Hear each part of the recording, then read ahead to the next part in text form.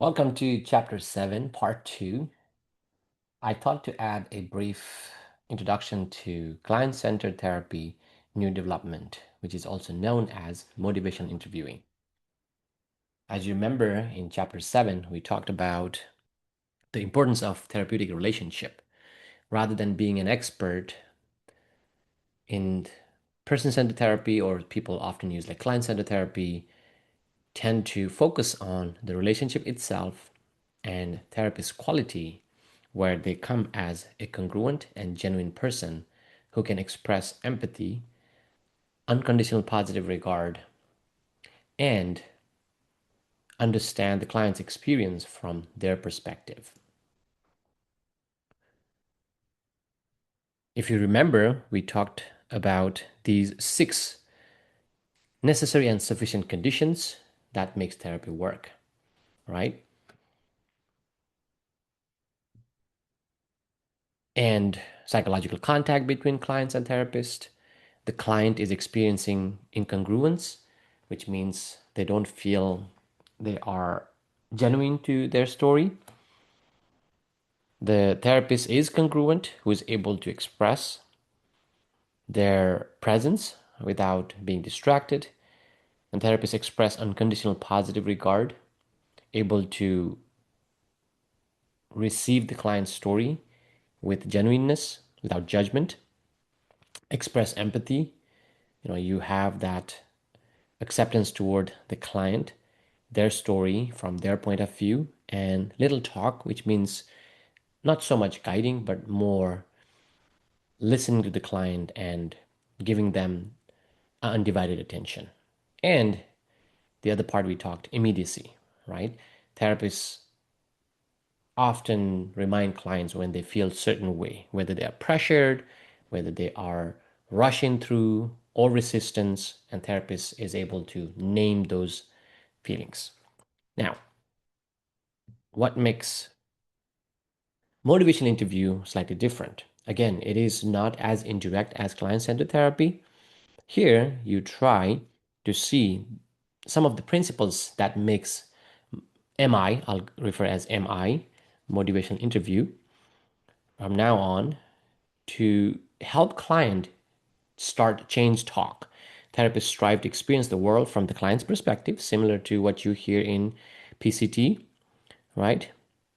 Person-centered therapy, without judgment or criticism. So we try to, as a motivation interviewer, it's a powerful tool, especially designed for substance use disorder or people with addiction, now applied in many settings. So that's why I wanted to introduce briefly this approach as well.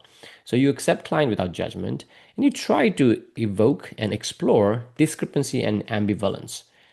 When you say discrepancy, if you think about people struggling with mental health challenges, mental health disorders, there's often the part of them what they want to be, right? They are not being real, but also there is a part of them struggling with the disorder, with the challenges. Let's use the people who have addiction to alcohol.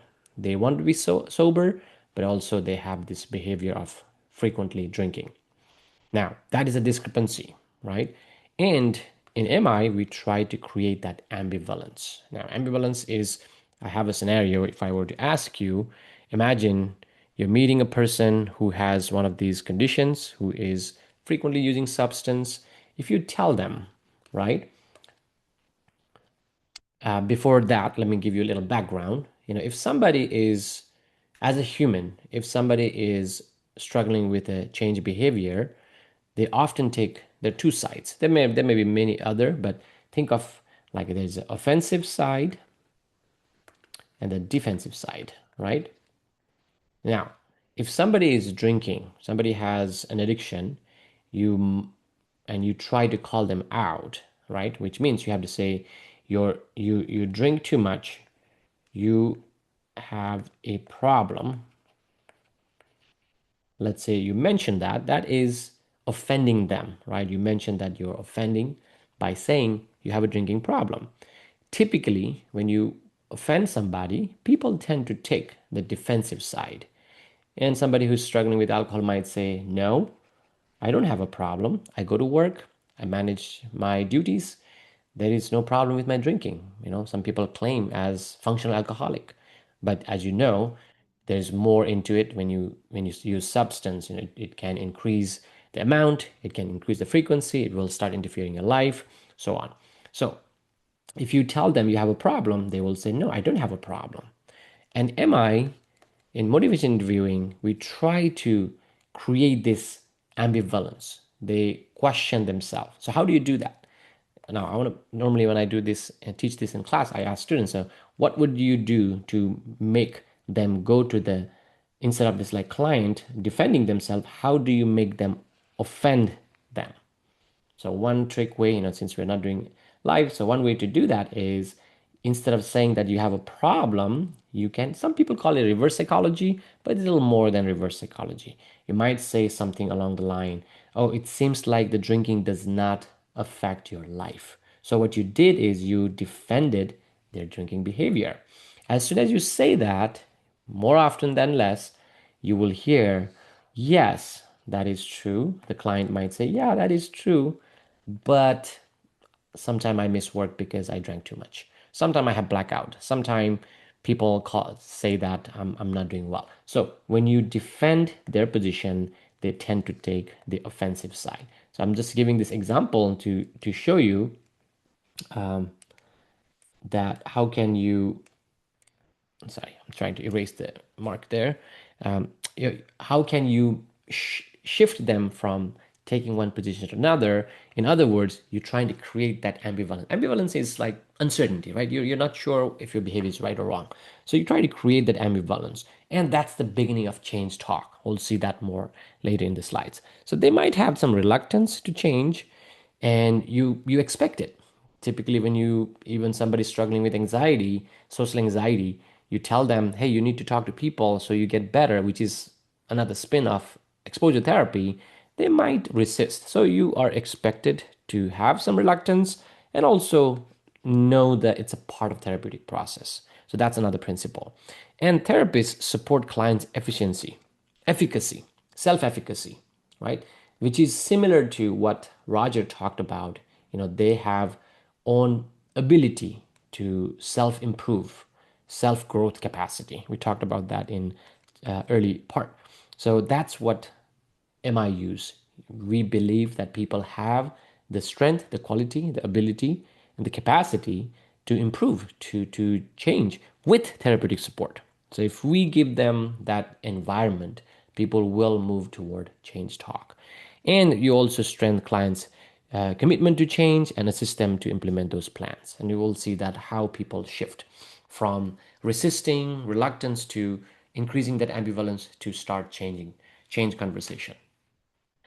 In terms of motivation interview, there's essential features that you might want to remember, which is we do not confront client, we try to collaborate, which is working along the client instead of resisting them, right? And many theories try to confront, call out. We will see later REFT, RE, rational emotive focus therapy, REFT, which is very confrontational. You call out people versus in MI, you try to collaborate with the client, acknowledge their struggle.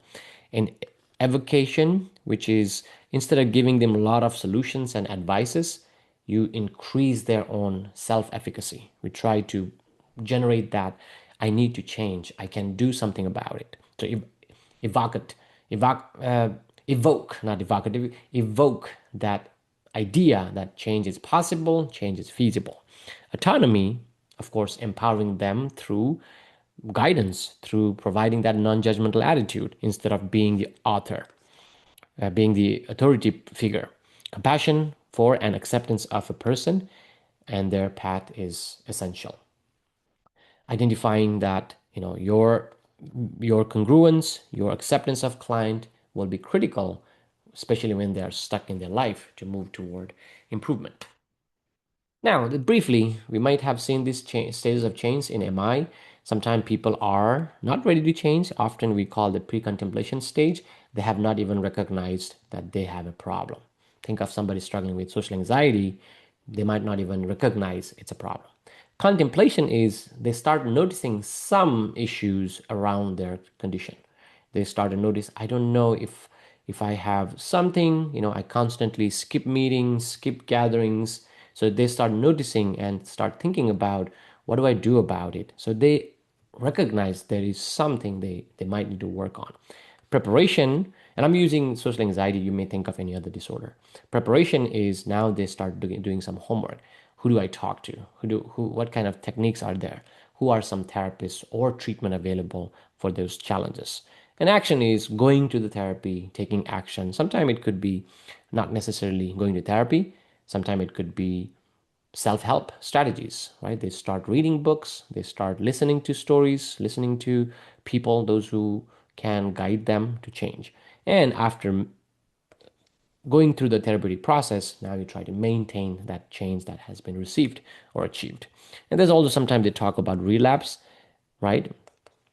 People sometimes fall back and fail on their change behavior, which is okay. And we try to maintain that, right? Maintain that change and prevent relapse. So typically it's just 5 stages of change, and sometimes people talk about relapse. Now, in MI, when you try to help clients, there are some traps we try to avoid. And just briefly, sometimes you ask too many questions, right? Here's some example, right? Counselor and client fall into question answer pattern. It's almost like an interview, and it lead to some kind of impasse, right? Client is not encouraged to explore the issues. A counselor is increasingly more authoritative, their hierarchical tendency, and tend to release to client being just like, I'm going to wait for your next question. So that's a trap to avoid. Question answer trap. Confrontation, which is opposite of what am I supposed to do. Engagement can become argumentative, right? You might call out clients, and most counselors have had the experience of interviewing a client who is not yet ready to change and who provides a reasonable argument in response to every statement the counselor makes.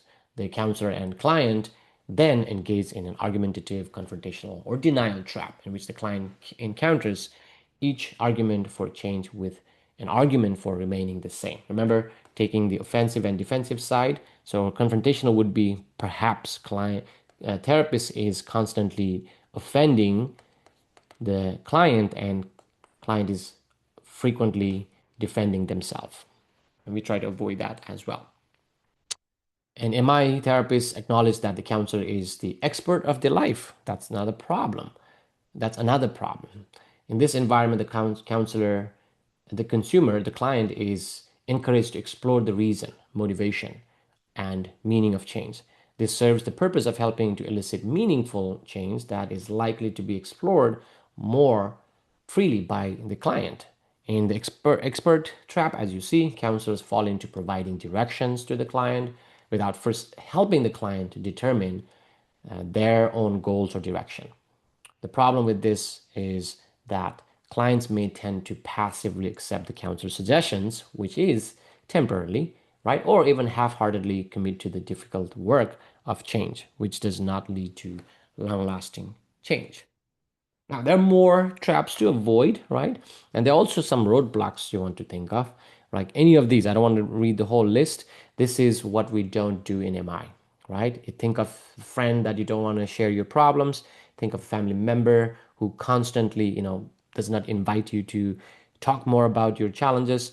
Often they tend to push toward either ordering, warning, giving advice, persuading, telling people what you should do, disagree, agree, agreeing with everything you do, shaming, interpreting, right? I can go on. So the list is very long. We try to avoid all these roadblocks, and it could lead to, not change behavior. The whole goal is, how do we change people? Well, here is a simple trick you can try. It's ORS, an acronym, stands for open-ended questioning, affirmations, reflective listening, and summarizing. So, motivation interview makes use of these 4 skill sets.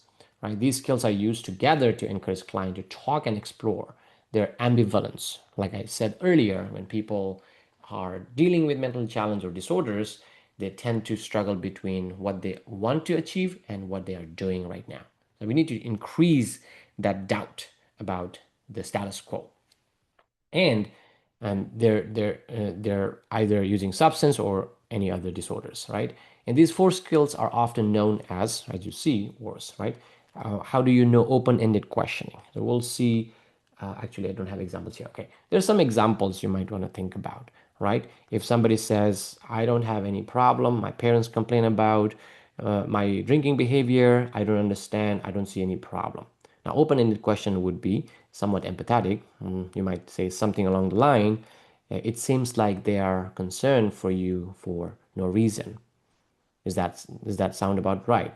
What do you think is making them worry about? So something along the line. You try not to confront. So confronting would be, well, if everybody is worried about you, then you must have some challenge, don't you think so? So that would be like confrontational versus like they seem to worried for nothing. You agree with the client. Remember, you're trying to increase that ambivalence by defending them. So if they say they don't have problem, you say, yeah, it seems like you don't have any challenge and they seem to worry about, worried for nothing. What do you think led them to worry? So it's like an open-ended question. And affirmation is, it's agreeing with the struggle, agreeing with the challenge that they're facing, rather than telling them you need to man up, you need to work harder, acknowledge what they're sharing as they speak. Reflective listening is not easy, right? You try to listen to the client and we hear the change talks. You try to sort of listen non-judgmentally, pay attention to some verbal cues, some non-verbal cues, and identify some of the strength that they have. So your reflective listening would be very powerful tool. And sometimes the silence, right? That indicates that you're listening reflectively and also non-judgmentally. Summarizing would be almost like a paraphrasing what they say, not word to word, but every now and then, just like you report back, let me see if I understood your story correct. So your family is noticing some of those challenges, but you think they are not an issue, and they continue to ask you to go to therapy, and it seems that is not what you want. Did I get everything correct? So something along the line, right? You're trying to summarize what they were talking. And this is the strategy you use. And as you continue working, MI has a lot more to offer. Motivation interview has been applied in many settings, and I hope this short video helps you, at least introduce you to this new technique called MI, motivation interviewing, a part of client-centered therapy. I'll see you in next video.